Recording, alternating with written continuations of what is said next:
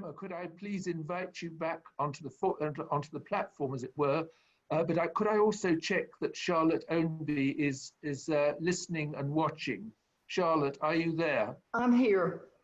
Oh, that's marvelous. Lovely to see you.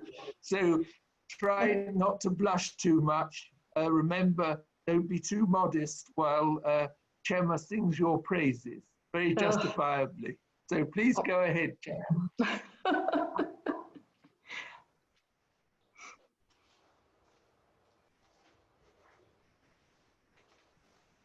Oh boy. Well, hello, Charlotte. I am very honored and pleased to introduce the Lifetime Achievement Award, which this year goes to my dear friend and colleague, Charlotte Ownby, for her long-lasting and outstanding contribution to toxinology. Charlotte has had a very productive academic career. She was born in Mississippi. She got a Bachelor of Science and Master of Science degrees in zoology at the University of Tennessee. Then she got a PhD from Colorado State University working with Anthony Tu. And she joined the College of Veterinary Medicine at OSU in 1974, where she taught histology, cell biology, and electron microscopy. She was department head, director of the electron microscopy lab, chair of the graduate faculty, and she received an NIH Career Development Award. Also, she was a visiting professor at the Liverpool School of Tropical Medicine, the Institut Pasteur, and the National Institutes of Health in the USA. She established and directed the Central Microscopy Laboratory at the OSU and served in the editorial board of several international journals, including Toxicon. She mentored many graduate and undergraduate students, including myself, from the USA and abroad. And she established very productive scientific collaborations with many research groups all over the world. She was the president of the International Society of Toxinology and promoted toxinology through her work in the society. And also she is a founding member, and in fact, she is the founder of the Pan American section of the International Society on Toxinology. And as a nice memory, I'd like to show this picture of the attendance of the first meeting of the Pan American section of the IST back in 1984. So you see some very well-known toxinology persons here. Charlotte, of course, Sherman Minton, Aura Kamiguti, Cassian Bon, Philip Rosenberg, who was editor of Toxicon, Dietrich Mebs, Celia Carlini from Brazil.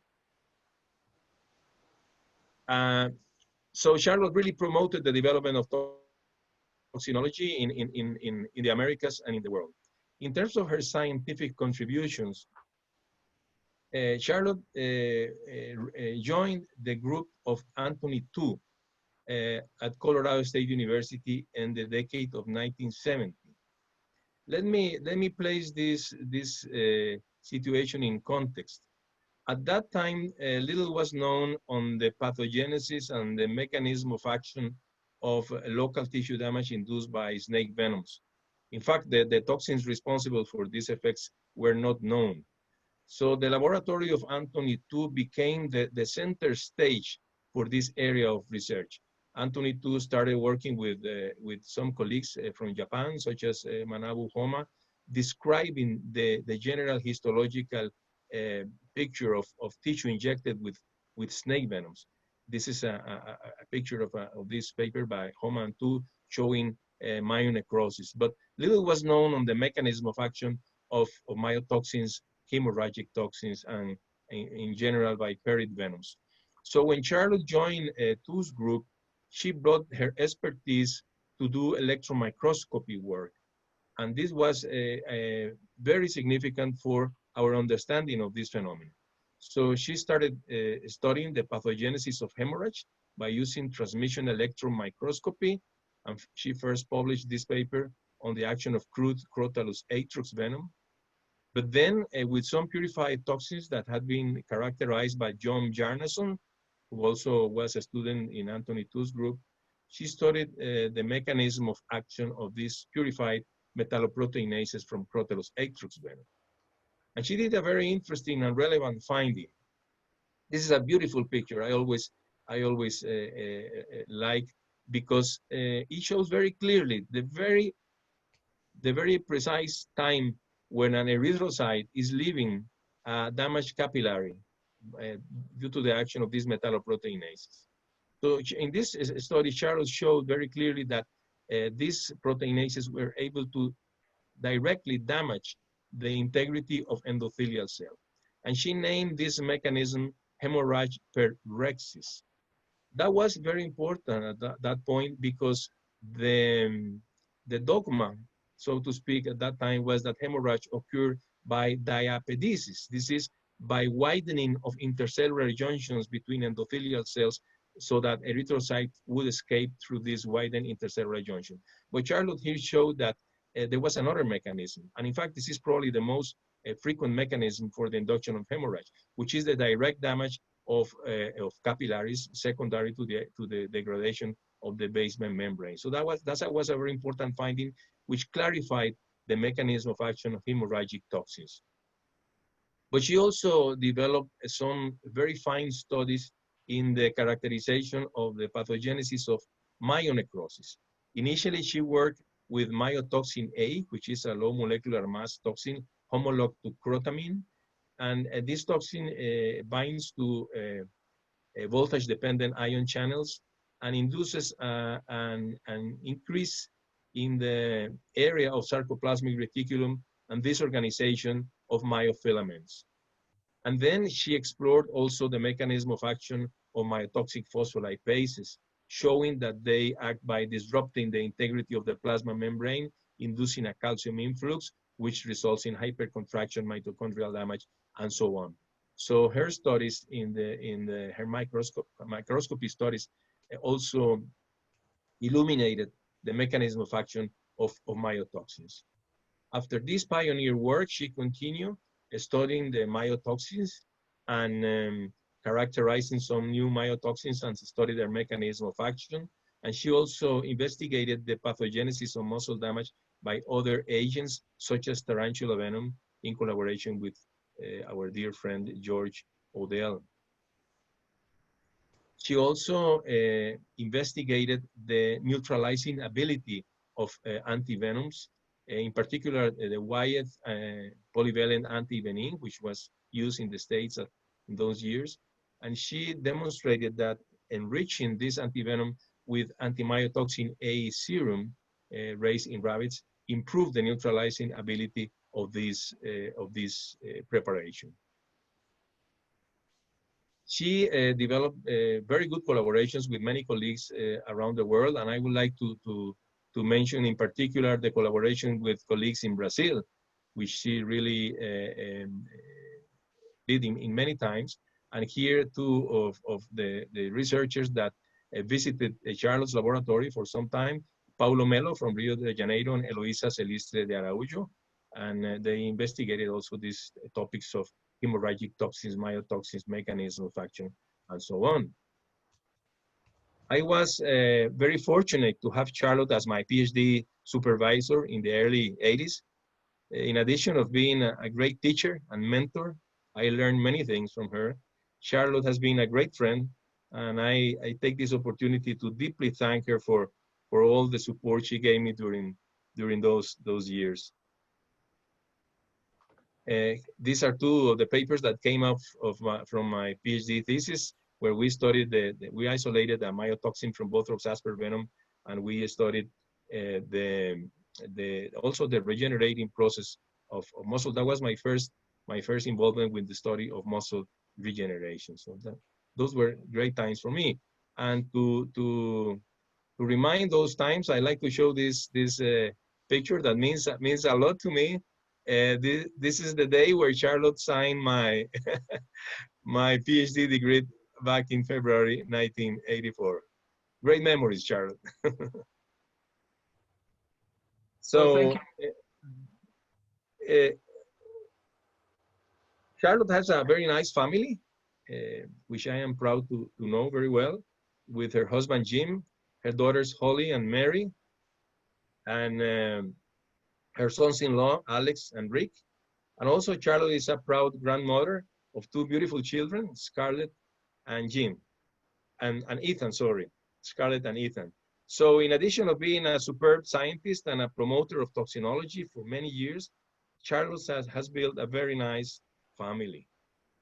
So on behalf of the toxinology community, I would like to say, congratulations, Charlotte, felicidades, parabéns.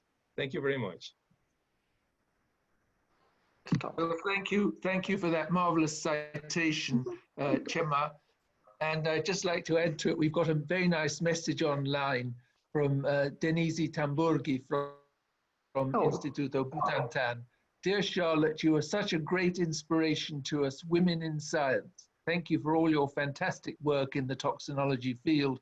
And this resonates with the earlier comment by Tamar Ghosh about our forthcoming celebration of women's contribution to snakebite research. So I think this long overdue recognition of women's contribution in this field is at last gathering momentum. And projected on the screen now is our certificate.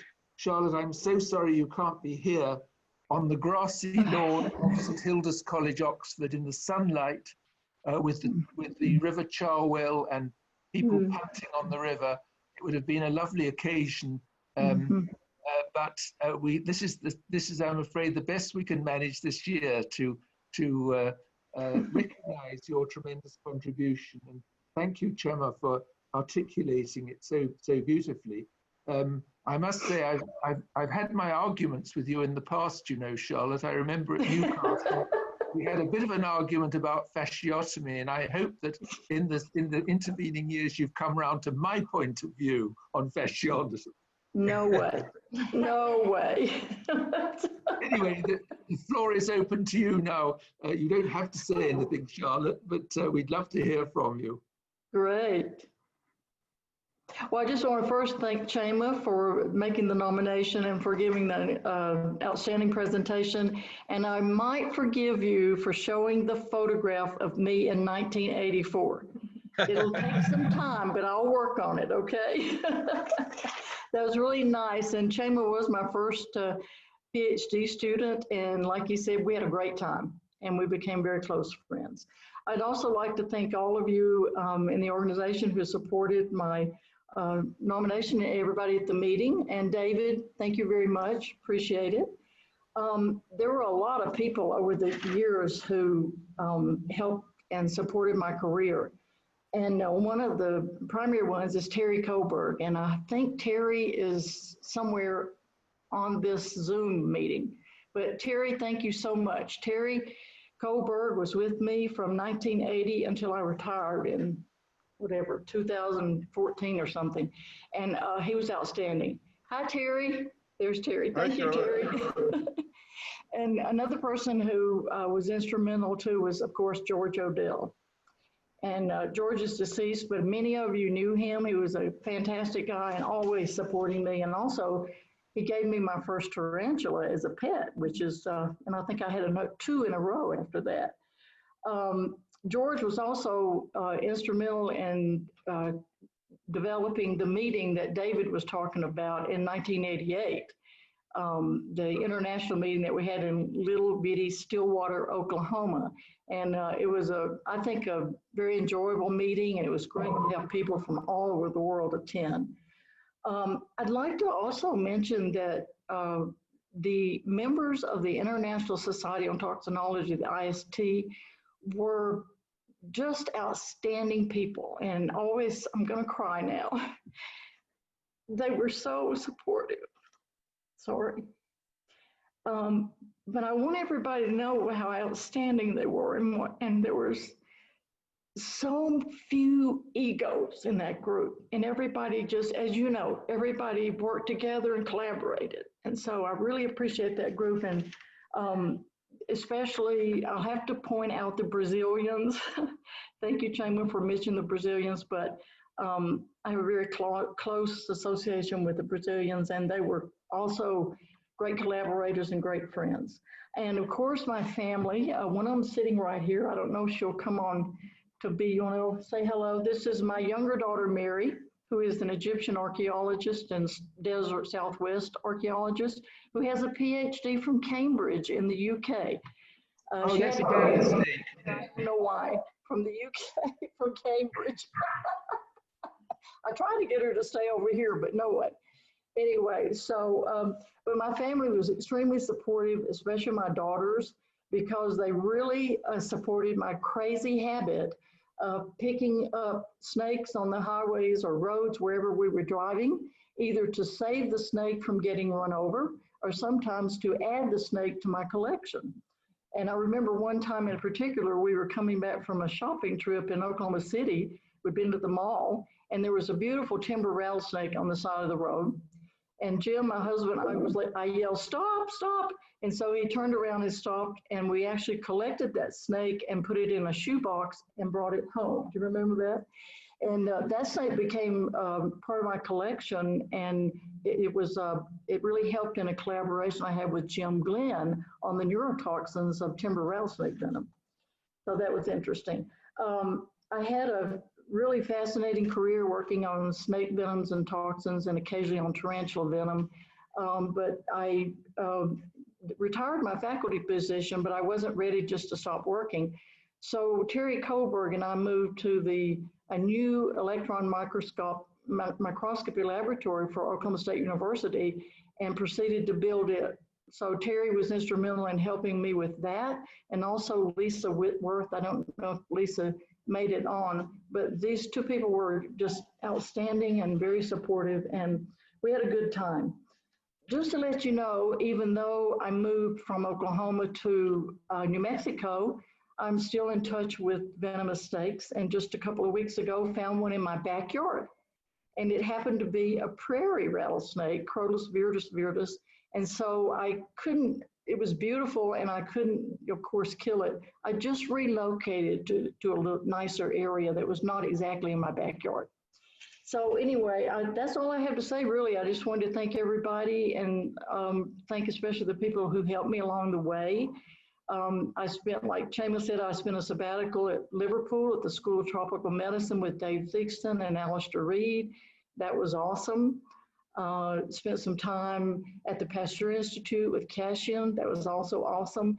And then work at the National Institutes of Health here in the United States. So travel the world. That's one thing that working on snake venom does for you, allows you to travel the world and meet a lot of awesome people. And so thanks again to you, David, and thanks to you, Chama. Love you. That's it. Thank you very much, Charlotte. It's such a privilege to our Oxford Venom meetings to have you as one of our career award recipients. And you've received your award most graciously and reminded me of so many other marvelous people like George Odell, whom I last met in Larival Passani's department in Mexico. But anyway, as you've said, thinking about the personalities of the International Society on Toxinology, it's a glorious lineage. Mm-hmm. And I'd like to point out that the newly elected secretary of the IST is Elda Sanchez. Oh, Elda. So we've got our first lady secretary of the IST. So I think you'll all agree that things are moving in the right direction. The pendulum is moving in the right direction. So can I please bring this first day of the meeting to an end? Since I'm an Oxford professor, I'm sure you'll allow me to quote a bit of Shakespeare, our national playwright poet. Piece out our imperfections with your thoughts.